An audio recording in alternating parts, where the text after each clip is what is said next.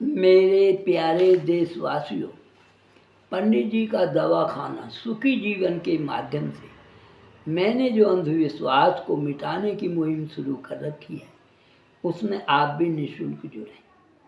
आपके कमेंट्स और मेरे प्रेरणादायक वीडियो समाज में अवश्य सुधार लाएंगे, ऐसा मेरा विश्वास है। अब सुनिए आप, सुख शांति व संतोष की तलाश का सेकंड भाग।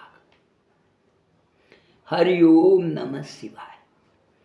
सुख के विषय में ग्रंथों में जो लिखा है, पहले उसे जानो। क्या लिखा है? प्रथम सुख निरोगी काया, दूसरा सुख घर में ओ माया, तीजा सुख सतवंती नारी और चौथा सुख पुत्र आज्ञाकारी। ये बात संस्कारों को लेकर के लिखी गई है।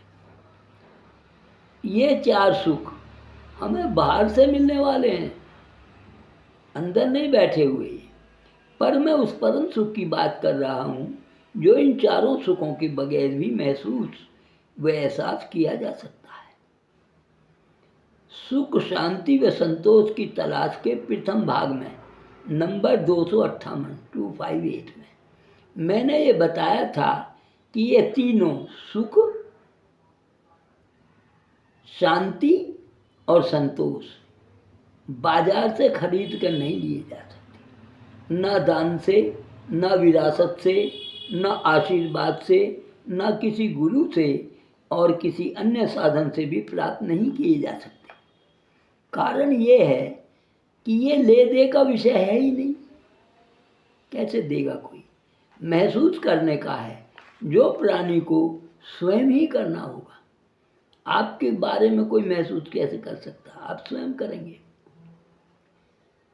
महसूस या एहसास कैसे, कुछ टिप्स में फर्स्ट भाग में भी दे चुका हूँ कि आप एहसास कैसे करेंगे सुख शांति और संतोष का। पर कोई भी विषय हो, जब तक उसे किसी उदाहरण या सरल रूप से विस्तार से न समझाया गया हो, तो समझ में आना कठिन है। और ये सुख शांति और संतोष का विषय तो बड़ा विस्तृत और गहन विषय है, तो ये इतनी आसानी से समझ में नहीं आएगा। इसलिए मैंने ये बात लिखी है। और ये तो ठहरा एहसास का मामला। कोई प्राणी किसी दूसरे के विचारों को कैसे या किस रूप में महसूस करे, ये कोई नहीं जानता। आपने एक बात कही, वो उसे दूसरे रूप में ले गया, इसे क्या करोगे? और आपने देखा भी कि तुलसीदास जी ने जो रामायण लिखी, उसमें एक चौपाई आ गई, ढोल गंवार सूद पथुनारी। पूरा वर्ल्ड इसके पीछे पड़ गया। जिसने इतना मोटा ग्रंथ अवधी भाषा में लिख दिया, उसकी एक लाइन का अर्थ पूरा देश, पूरा समाज जान नहीं सका। क्या वो ऐसे शख्स थे कि गलत बात लिखते क्या? पर ये एहसास की बात है ना, जो जैसा एहसास कर रहा था वैसा ही बोले जा रहा था और एक बड़ा विवाद का विषय बन गया था। अब सुनिए, सुख शांति और संतोष का एहसास जानने के लिए सुख की जगह दुख, शांति की जगह अशांति और संतोष की जगह असंतोष पर विचार करना पड़ेगा। मैं किस गहराई में आपको ले जाना चाहता हूँ, मेरा एक उद्देश्य है कि सरल से सरल भर मैं कलिष्ठ भाषा भी प्रयोग कर सकता हूँ, ऐसी बात नहीं है। लेकिन क्योंकि ज़्यादातर लोग बेपढ़े हैं, इसलिए मैं सरल भाषा में देता हूँ। तो मैं ये कह रहा हूँ, सुख और शांति संतोष जिसको हर आदमी को जिसकी तलाश है, उसको जानने के लिए पहले सुख की जगह दुख को जानना होगा, शांति की जगह अशांति को जानना पड़ेगा और संतोष की जगह असंतोष के बारे में जब हम जानेंगे, तब कहीं इस मुकाम पर पहुंच सकेंगे। सुनिए, यदि चोर को चोरी करते वक्त या करने से पहले ये एहसास हो जाए कि मेरी चोरी करने से इस प्राणी को कितना दुख होगा, पूरे परिवार में अशांति और असंतोष की भावना बढ़ जाएगी। हो सकता है ये भी मेरी तरह गरीब आदमी हो, तो क्या चोर चोरी कर पाएगा?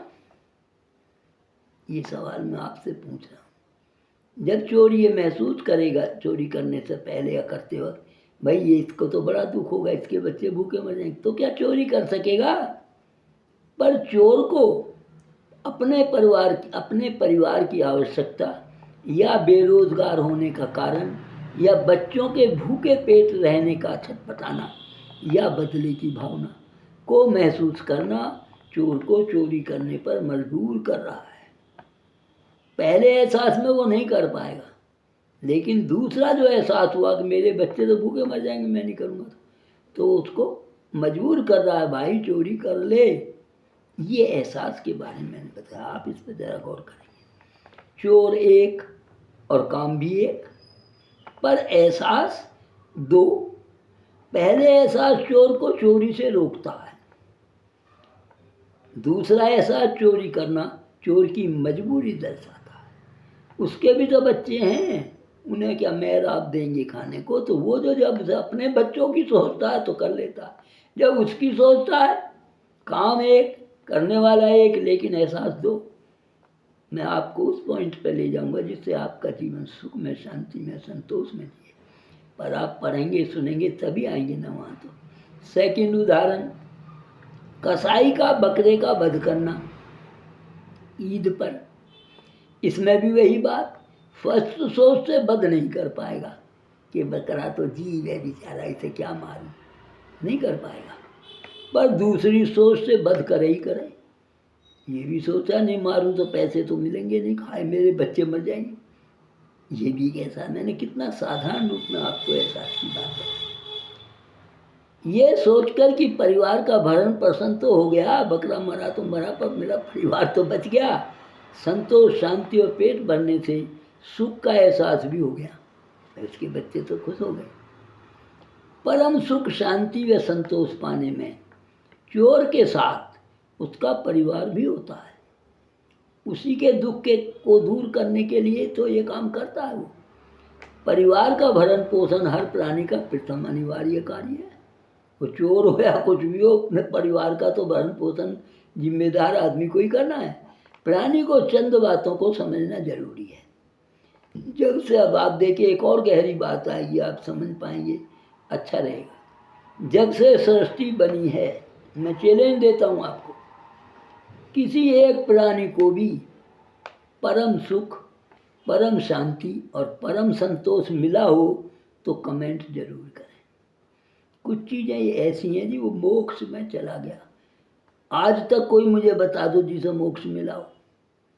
ये कुछ कहानियां हैं मन को समझाने की। अरे भैया मेरा भी मर गया था, तू क्यों रो रहा, मेरा तो कम उम्र का था, तो आपको समझा रहा है वो, उसके पैरेलल रख के। यही बातें हैं। परम सुख, परम शांति और परम संतोष लेने के लिए आपको मृत्यु को आवरण करना होगा, क्योंकि केवल आपकी आत्मा ही ऐसी है जो परम सुख, परम संतोष और परम शांति में जाती है। जीते जी आप इन्हें नहीं ले सकते, इतना आप में जज्बा है ही नहीं कि आप इनको परम सुख को प्राप्त हो जाए जीते जी। जब तक आपके शरीर साथ जुड़ा हुआ आत्मा के साथ, आज तक तो किसी ने लिया नहीं। ऋषि मुनि शंकराचार्य, लाओ कोई लाइए मेरे सामने, मैं चैलेंज देता हूँ। एक प्राणी को भी सुख, शांति और संतोष परम रूप में मिला हो, कमेंट जरूर करें। हाँ, समय समय पर क्षणिक सुख, क्षणिक शांति और क्षणिक संतोष जीवन में आते जाते रहते हैं। हमारा जो जीवन है, इसमें थोड़ा थोड़ा संतोष, थोड़ा सुख, थोड़ा शांति आते जाते रहते हैं। और उसी इस लालच में समझ लीजिए, या आप इसी को प्राप्त करने में हम अपना जीवन पूरा कर जाते हैं और प्राणी का जीवन पूरा हो जाता है। अब क्षणिक सुख कब, कैसे और कैसे मिलता है, इस पर मैं वीडियो नंबर 3 पर विचार करेंगे, जो अगले सैटरडे या संडे में मैं दूंगा। अच्छा लगे मेरे विचार तो, प्रेरणादायक लगे हों तो सब्सक्राइब, लाइक भी करें और कमेंट ज़रूर दें। आपको हो सकता है मैं नहीं जान पाया, आपको पता हो किसी को मोक्ष मिल गया हो आपके परिवार में, या परम संतोषी कोई हो, दिखा देना मुझे। हो ही नहीं सकता, क्योंकि लाभ हानि जीवन मरण ये विधि ने अपने हाथ में रखे, ये शरीर से जुड़े हुए, जब तक ये शरीर में रहेंगे परम सुख, शांति और संतोष परम नहीं मिल सकते। इस बात को आप गांठ बांध लीजिए। केवल क्षणिक क्षणिक सुख हमें, क्षणिक शांति और क्षणिक संतोष मिलते रहते हैं और हम उसी में जीवन पूरा कर जाते हैं। धन्यवाद, नमस्ते।